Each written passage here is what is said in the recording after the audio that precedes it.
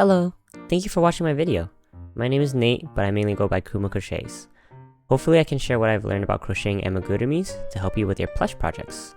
If you enjoy free patterns or crochet content, please check out my website in the description below. My website has all my socials from Instagram, Twitter, and Discord to stay updated. I'll also be linking all the tools and materials that I use for my projects, which are also in the description, from yarn, hooks, and accessories. Let's get to it. So for today, I'm going to teach you how to make a slip knot and how to chain from that slip knot. So we're going to have our yarn here. We're going to have our tail end and the rest coming from the skein. So what I like to do is pinch both ends, twist, open up this top loop that we created, and pull the end yarn through it.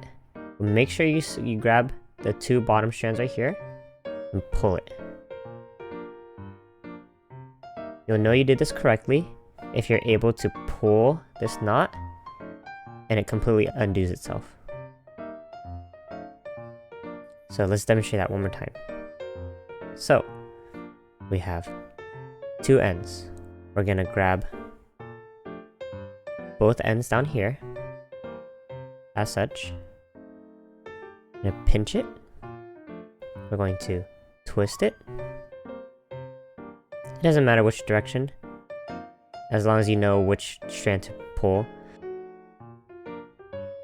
So the yarn that is going to be overlapping the other one, that one is going to be the one pulled through. So we're going to grab the yarn as such. You're going to have a little pretzel shape right there. You're going to know you did it correctly when you have a little pretzel. So from there, I'm going to pull, and you have your slip knot. So from here, you're going to see two directions. You're going to see the yarn end and the skein end. You're going to want your project to come from the skein end. So wherever the loop is, your hook's going to go right through it, and your hook is going to point towards the skein end. You're going to pull tightly so that it's on your hook, as so.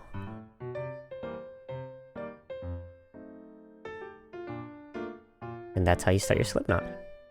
So now I'm going to demonstrate how to make a chain.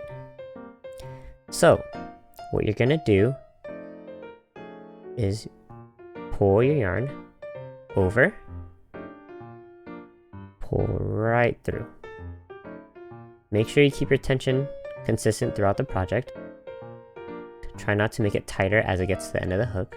I'm going to grab your yarn, point the hook downwards, and then pull through.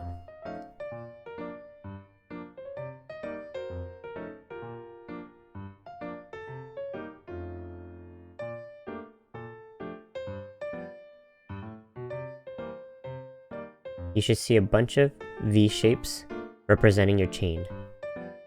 1, 2, 3, 4.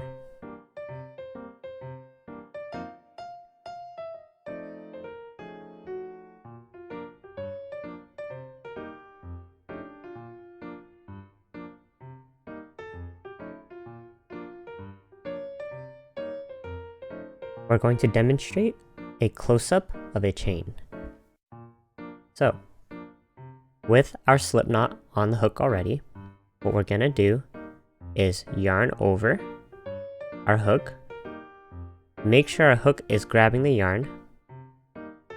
Point it downwards towards your body or towards the knot, and pull that loop into the initial loop. You're gonna bring the hook back up, and that's how you reset. So we're gonna grab yarn, pull it through,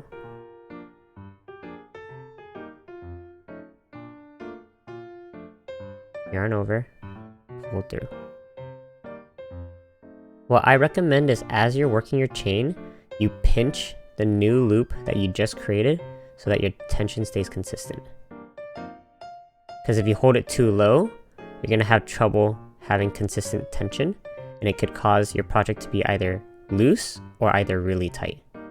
So to have it consistent, grab it towards the base of the new loop that you just created and pull through.